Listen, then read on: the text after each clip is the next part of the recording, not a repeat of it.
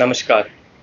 तो जैसा कि मैंने आप लोगों को पहले ही बोला था कि बहुत ही ज़्यादा महाविनाश की स्थिति उत्पन्न होने वाली है और आस-पास के जो देश हैं, वही इस स्थिति को उत्पन्न करेंगे और ये स्थिति इतनी ज़्यादा बढ़ जाएगी कि भारत के अंदर भी बहुत सारी जो हमारी जो स्टेट्स हैं, उनके अंदर भी विवाद होने शुरू हो जाएँगे और विवाद के साथ-साथ जो यहाँ पर होने वाले अपराध हैं, उनसे जुड़े जो प्रोटेस्ट हैं, वो एक बड़ा ही रूप ले लेंगे और वो अलग तरीके से हमारे सामने आएँगे।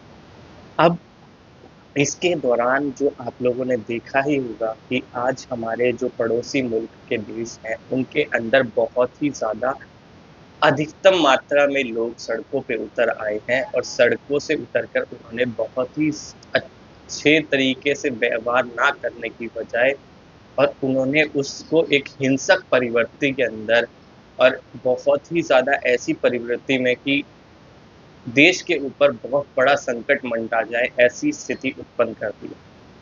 अब ये चीज़ें ऐसी आई हैं हमारे आगे, जो हमारा पड़ोसी मुल्क है पाकिस्तान, जिसके बारे में मैंने आप लोगों को पहले भी बताया था कि उसके अंदर इंटरनल प्रोटेस्ट शुरू हो गए हैं। आज वो स्थिति और ज़्यादा गंभीर हो चुकी है। हेलो दोस्तों, मैं भरत शर्मा स्वागत करता हूँ आप लोगों का आपके अपने चैनल इन्फो बज़ क्रिएशंस पे। चैनल को आपने अभी तक सब्सक्राइब नहीं किया है तो जल्दी से सब्सक्राइब का बटन दबा दें और बेल आइकन को ऑल पे कर लें, ताकि जब भी कोई न्यू वीडियो आए उसकी नोटिफिकेशन आप लोगों को मिल जाए। तो दोस्तों, जैसा मैंने आप लोगों को बताया कि पाकिस्तान के अंदर हो रहे प्रोटेस्ट, वो आज ऐसे तो इसने एक ऐसा अलग रूप ले लिया है जो आज वो विनाश की ओर लेके जा रहा है। पाकिस्तान के अंदर अब मौत का आंकड़ा भी बढ़ने लगा है इन्हीं प्रोटेस्ट के चलते हुए। अब ये प्रोटेस्ट के चलते हुए जो जनता है वो गुहार लगा रही है भारत सरकार से, मोदी सरकार से ये गुहार लगा रही है कि आप आएँ और हमारा जो आगे का उद्धार करें। अब ये चीज़ें वो अपनी सरकार से बोलने के अलावा बल्कि आगे हमारी सरकार से ये बातें बोलना, ये एक तरह से एक देश के लिए शर्मसार है। पाकिस्तान के अंदर हो रही ऐसी चीज़ें, पाकिस्तान के अंदर हो रहे आंतरिक झगड़े, जो उसको एक अलग तरीके का रूप दे रहे हैं और ये झगड़े जल्दी से थमने वाली चीज़ में नहीं दिख रहे हैं। जल्दी से ऐसा थम जाए, ऐसा लग भी नहीं रहा है बिल्कुल भी, क्योंकि ये झगड़े आए दिन बढ़ते जा रहे हैं। अब इसके अलावा मैंने आप लोगों को बोला था कि महाविनाश की ये जो स्थिति है, ये 2024 के अंत तक बहुत बढ़ती जाएगी।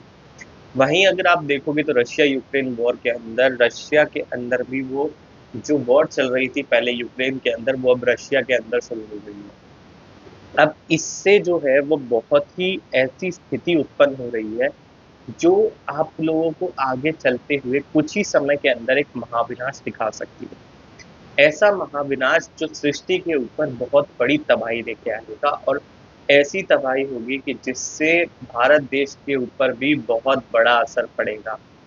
अब भारत देश पे कैसा असर पड़ेगा? जैसे आप लोगों को पता ही होगा कि बांग्लादेश में होने वाली जो प्रोटेस्ट है, उससे जो इन्फ्लेशन शुरू होगा, अब उसके जो बांग्लादेश के लोग होंगे, वो अब ये कह रहे हैं भारत से कि आप बॉर्डर खोलें, तो हम आपके यहाँ पर अपनी शरण लें। अब ये चीज़ें एक तरह से सही भी नहीं है, क्योंकि अगर बांग्लादेश के लोग अगर भारत के अंदर आते हैं, तो यहाँ का जो इन्फ्लेशन है, वो बढ़ने शुरू हो जाएगा। भारत के अंदर की जो महँगाई दर है वो बढ़ने शुरू हो जाएगी। वहीं पाकिस्तान के लोग भी यही बोल रहे हैं कि भारत हमारी सहायता करे। अगर पाकिस्तान के लोगों की भी सहायता करे तो भारत का जो महँगाई दर है वो और बढ़ता जाए। यही ऐसी चीज़ें हैं जो आंतरिक झगड़े पैदा करती हैं।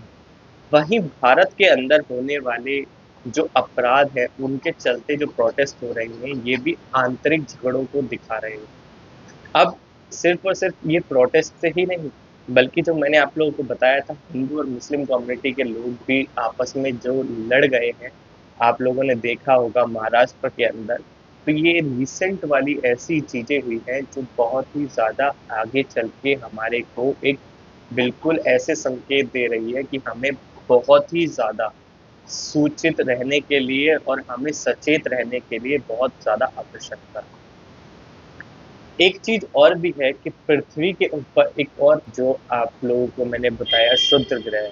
ये क्या है कि एस्टेरॉयड जो है वो आप लोगों की मतलब अगर आप रिपोर्ट देखोगे नासा की और इसरो की, तो वो एस्टेरॉयड हमारी पृथ्वी की ओर आ रहा है। और ये पृथ्वी के ऊपर अगर क्षति करता है तो इससे बहुत ही ज़्यादा हानि होगी। समुद्र का वेग बढ़ जाएगा और यही नहीं, समुद्र का वेग बढ़ने से लहरें इतनी ज़्यादा उठेंगी कि बहुत ही ज़्यादा तरीके से ये जो शहर है हमारे, ये कई स्टेट्स के ऊपर इतना ज़्यादा खतरा मंडरा जाएगा। जो जल स्तर है वो पहले से ही बढ़ा हुआ है बारिश की वजह से। वही अगर ऐसा कुछ होता है तो उससे बहुत ज़्यादा ऐसा होगा कि जलमग्न हो जाएगी आधी से ज़्यादा धरती। ये ऐसी चीज़ें हैं जो हमारे आगे ये होती जा रही हैं, और ये और कुछ नहीं है, ये जो भविष्य मलिका है, जो भविष्यवाणी हुई थी कि एक समय ऐसा आएगा कि आपकी जो धरती है वो जलमग्न हो जाएगी। धरती का जो समुद्र है वो विकराल रूप ले लेगा, और धरती के अंदर मतलब आप जो भी है ऐसी चीज़ें जो हम जहाँ पर रह रहे हैं, वो समुद्र उसको खा जाएगा। तो ये बहुत बड़ी बात है जो हमारे लिए हमारे को बिल्कुल सचेत करती है। भविष्य मलिका में ये पहले से लिखा हुआ है कि हमारी जो वेस्ट साइड है उसकी उसको सबसे पहले क्षति पहुंचेगी। और सबसे पहले क्षति पहुंचने का मतलब ये है कि समुद्र का जो वेग होगा वो सबसे पहले जो हमारी वेस्ट साइड है उससे शुरू होगा। अब एक चीज और भी यहाँ पर देखी जाती है कि अगर गलती से भी हमारा जो ये एस्ट्रॉयड है ये पृथ्वी से टकरा गया तो धरती के अंदर इतनी ज़्यादा कंपन होगी कि ये धरती के अंदर होने वाली कंपन बहुत बड़े पैमाने पर भूकंप को आने के लिए न्योता देगी। सिर्फ एक एस्ट्रॉयड ही ऐसा नहीं है जो हमारे को आज हमारे को सचेत होने के लिए कहता है, मगर एक और भी ऐसी चीज़ें हैं जो ये वॉर हो रही है, इससे क्या हो रहा है कि आगे जो रशिया यूक्रेन की वॉर है स्पेशली, उसके अंदर अगर आप देखोगे तो अभी इतने सारे देश आ चुके हैं। ऑलमोस्ट अगर आप देखो तो सारे ही देश अब इस युद्ध के अंदर घुसते जा रहे हैं। भारत भी कुछ तरीकों से एक तरह से दूर भी है और बिल्कुल साथ भी है, मगर ये समय इतना समय काल ऐसा हो रखा है कि इससे कहीं भी किसको क्षति पहुंचेगी ये किसी को नहीं पता। अब रशिया के अंदर एक बहुत बड़ी एक और बात हो रखी है कि अगर गलती से भी वहाँ का जो अभी रिसेंट जो अटैक हो रहा है, गलती से भी वहाँ के न्यूक्लियर प्लांट पे अटैक होता है, तो वो इतनी ज़्यादा क्षति पहुँचाएगा कि जिससे वातावरण और ज़्यादा दूषित हो जाएगा।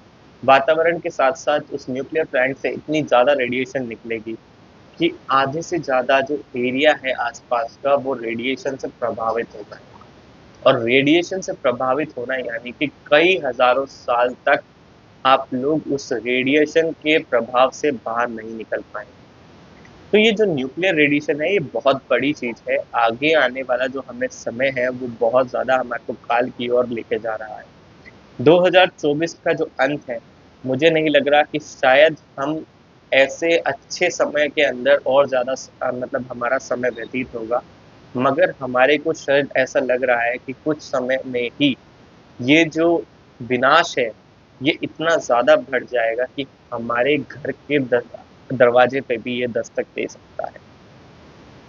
तो कुछ ऐसी चीज़ें आ चुकी हैं, कुछ दशाएँ भी ऐसी बदल रही हैं, जैसे कि मैंने आप लोगों को बताया था 2025 की दिवाली, ये बीच का जो समय है 2024 के अंत भी आप लोगों को बहुत ज़्यादा कष्ट देने वाला है। और वहीं 2025 की जो दिवाली आएगी, वो तो बहुत ही ज़्यादा कष्टमयी होगी क्योंकि उससे दशाओं की बिल्कुल परिभाषा ही बदल जाएगी। तो दोस्तों अपना ध्यान रखें। आशा करता हूँ वीडियो आप लोगों को पसंद आएगा। वीडियो पसंद आया हो तो लाइक करें, शेयर करें अपने दोस्तों के साथ में। आज की वीडियो में इतना ही। धन्यवाद।